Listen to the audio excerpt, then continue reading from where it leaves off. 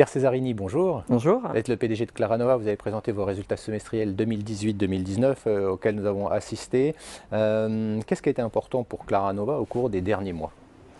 Donc d'abord, on a annoncé, je pense, d'excellents résultats, 140 millions de chiffre d'affaires, 55% de croissance, plus de 10 millions de résultats opérationnels nets. Donc on est une société qui continue à avoir une croissance extrêmement forte, organique, et à travers les acquisitions qu'on a pu faire. Et ça ne se fait pas au détriment, je dirais, de la profitabilité qui a été quand même multipliée par 8 sur le dernier semestre et en gardant des investissements importants. Donc globalement aujourd'hui, tous les signaux sont au On sait qu'il y a différentes activités, certaines il y a quelques années étaient infimes, on va dire, en termes d'activité et de chiffre d'affaires. Je pense notamment à la photo sur mobile. Cette activité a clairement aujourd'hui sa vague de croissance. Là, vous avez pris une position importante sur cette partie-là, par exemple? Donc aujourd'hui, on part d'un, comme vous le dites, un business qui n'existait pas il y a 4 ans, qui va faire sur ce semestre près de 100 millions d'euros de chiffre d'affaires, qui dégage aujourd'hui une profitabilité de plus de 6 millions, tout en ayant une croissance de plus de 40%. Donc on est vraiment aujourd'hui sur un modèle qui a atteint une forme de masse critique, qui a atteint la profitabilité. Aujourd'hui, des voies de développement qui restent encore extrêmement importants, plus de pays. On est aujourd'hui présent sur une dizaine de pays à travers le monde. On va continuer à se déployer d'un point de vue géographique. Et puis à côté de ça, plus de produits. Aujourd'hui, 3 produits, la photo, le livre, la décoration murale. D'autres produits sont en cours de préparation et devraient être annoncés prochainement. Donc vraiment une stratégie qui aujourd'hui est en place sur son modèle économique, qui avait des capacités d'expansion qui restent fortes. Concernant l'activité historique, avant Quest, vous avez montré aussi ce côté monétisation du trafic Internet, mais avec un savoir-faire particulier que vous souhaitez développer. Donc, il y a une possibilité aujourd'hui, même si on parle tout le temps de géants sur Internet, avec les Google et autres qui gèrent effectivement cette publicité, il y a un moyen de développer cette activité-là. Voilà, donc aujourd'hui, effectivement, de cette activité historique de vente de logiciels a été transformée depuis 4 ans sur une vision de monétisation de trafic. Un premier élément qui a été important, qui était l'acquisition de 3 sociétés canadiennes en juillet dernier et qui nous a permis de lancer une dynamique. Aujourd'hui, c'est une activité qui, sur le semestre, fait à peu près 40 millions de chiffre d'affaires, donc qui correspond non seulement au cumul du chiffre d'affaires de chacune des sociétés, mais qui montre déjà une croissance organique de près de 20%. Et peut-être plus important, c'est une activité qui, dès aujourd'hui, sur ce premier semestre, dégage plus de 6 millions de profits, alors qu'on parlait de structures qui étaient globalement équilibrées jusqu'à présent. Donc aujourd'hui, ce que ça met en avant, c'est cette vision qui consiste à grossir en termes de masse critique pour aller chercher plus de profitabilité et à travers cette vision qui consiste à multiplier les sources de monétisation. Donc aujourd'hui, on est capable de vendre des produits en direct, des produits propriétaires, des produits tierces parties. On est capable de vendre des produits de façon indirecte, c'est-à-dire que ce soit aujourd'hui du freemium, de la recherche sur Internet.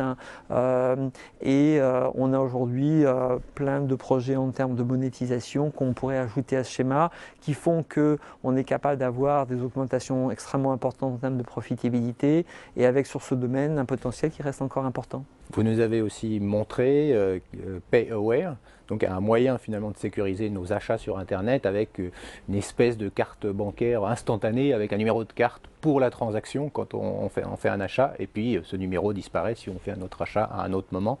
Voilà, ça fait partie des projets que vous pouvez avoir.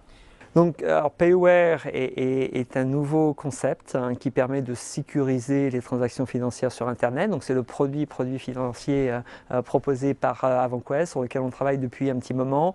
Donc, toujours dans cette stratégie de pouvoir offrir un axe de plus en termes de monétisation qui peut être extrêmement intéressant parce que le service est gratuit pour l'utilisateur, mais sur lequel on va se rémunérer à travers la commission de paiement de la carte de crédit et avec une proposition valeur extrêmement intéressante. Ça permet à n'importe qui voulant faire un achat sur Internet de le faire de façon totalement sécurisée. Pourquoi? Parce qu'on va émettre essentiellement pour cette transaction une carte de crédit avec un numéro unique qui va disparaître juste après la transaction.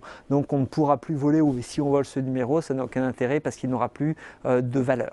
Donc c'est un nouveau concept. Ce n'est pas émettre une énième carte de crédit comme peut le faire même Apple aujourd'hui. C'est vraiment un nouveau concept qui permet de mettre en place un concept de carte de crédit, je dirais virtuelle, en tout cas à usage unique, et qui a une vraie valeur en termes de sécurisation. Alors on sait, il y a toujours beaucoup d'attentes sur la partie IoT, hein, cette plateforme que vous développez, MyDevice, Devices, que vous avez montré d'ailleurs avec un peu tout l'écosystème. Qu'est-ce qu'on peut en dire aujourd'hui? Parce qu'il y avait des analystes qui étaient là, qui disaient oui, mais ça fait quelques mois que vous en avez parlé, est-ce que c'est parti? On en est où? Donc aujourd'hui, on reste dans le monde de l'IoT, c'est-à-dire un business qui a une maturité qui démarre. Aujourd'hui, c'est un marché qui n'a pas encore décollé, pas plus pour nous, je dirais, que pour d'autres, qui s'appellent Microsoft, Google ou Amazon. Par contre, c'est un sujet qui reste extrêmement important. Donc on a autant d'espérance sur ce marché de l'IoT qu'on peut en avoir sur les autres marchés. On pense que c'est une vague extrêmement importante qui va arriver. Aujourd'hui, MyDevice, sur quoi on travaille jusqu'à présent, c'est vraiment de consolider cet écosystème dans toutes ses dimensions. On est aujourd'hui sûrement la seule plateforme du marché qui soit vraiment ouverte. On a réussi à atterrir vers nous des gens relativement conséquents, que ce soit Microsoft, Alibaba, Sprint, Arm, Semtech. Donc on parle de sociétés extrêmement importantes de ce monde-là qui ont choisi MyDevice parce que c'est aujourd'hui la seule solution, je dirais, ouverte du marché pour déployer une solution IoT. Donc voilà, on reste confiant que le chiffre d'affaires va arriver. Pour l'instant, le marché se construit. Alors vous avez aussi pour la première fois donné des objectifs à 5 ans, hein, avec une perspective de 600 millions d'euros de chiffre d'affaires, 200 millions pour AvantQuest et 400 pour Planet Art, la partie photo. Qu'est-ce qui vous permet justement aujourd'hui de donner cette vision moyen terme du groupe?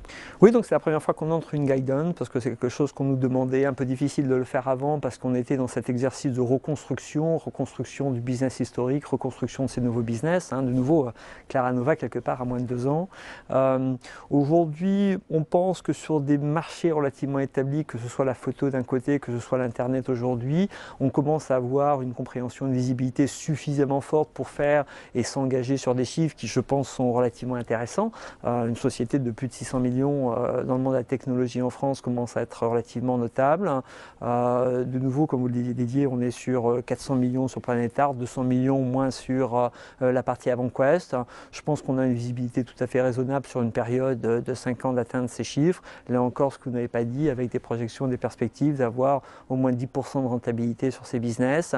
Et de nouveau, pas de guidance aujourd'hui au niveau de MyDevice, non pas parce qu'on ne croit pas bien évidemment au marché de l'IoT, mais voilà, on ne veut pas s'engager sur quelque chose que l'on ne maîtrise pas, qui n'est pas aujourd'hui quelque chose de notre tenant. Le marché se construit, on est tout aussi confiant sur l'IoT et MyDevice qu'on ne peut l'être sur les autres business. Là encore, on va attendre que le marché se structure et on a également des business extrêmement intéressants à construire dans l'IoT. Alors il y aura aussi, vous avez annoncé un projet de regroupement d'actions, ça fait peut-être penser à un analyste à une question sur un actionnariat de référence. C'est sûr que s'il y a un regroupement d'actions d'ici fin juin, je crois que vous avez dit tout à l'heure, il pourrait y avoir aussi un actionnaire de référence qui serait peut-être plus intéressé. Donc c'est 2 sujets différents. Oui. Aujourd'hui, nos actionnaires le savent bien, on est sur une action qui est spéculée de façon extrêmement importante, sûrement au-delà de la réalité de ce qu'est l'entreprise aujourd'hui. Et ça, essentiellement pour 2 raisons. La première, c'est parce qu'on reste une action sous la barre des 1 euro, donc qui reste une forme de penny stock qui est beaucoup plus facilement spéculative que ne peut être une action plus importante. Donc cette première étape de regrouper, ça ne change pas bien évidemment la valorisation de l'entreprise, mais le fait d'avoir une action qui est plus proche des 10 euros que des 1 euro devrait limiter la capacité à spéculer, donc c'est un premier élément. Comme vous le dites, il y a aussi à terme l'intérêt d'avoir un actionnaire plus important de référence qui permettrait de limiter aussi également la volatilité. Bon, ça c'est quelque chose qu'on ne maîtrise pas aujourd'hui, on est en discussion avec des gens qui pourraient être intéressés, mais bon, là encore, c'est pas quelque chose que l'on décide notre fait. Je pense qu'aujourd'hui, Claranova est un titre intéressant et de vraies perspectives dont la valorisation me reste, je pense, n'est pas excessive, je dirais, aujourd'hui et sur lesquelles il y a des choses intéressantes à faire. Merci beaucoup Pierre Cesarini. d'avoir fait le point avec nous. Merci beaucoup.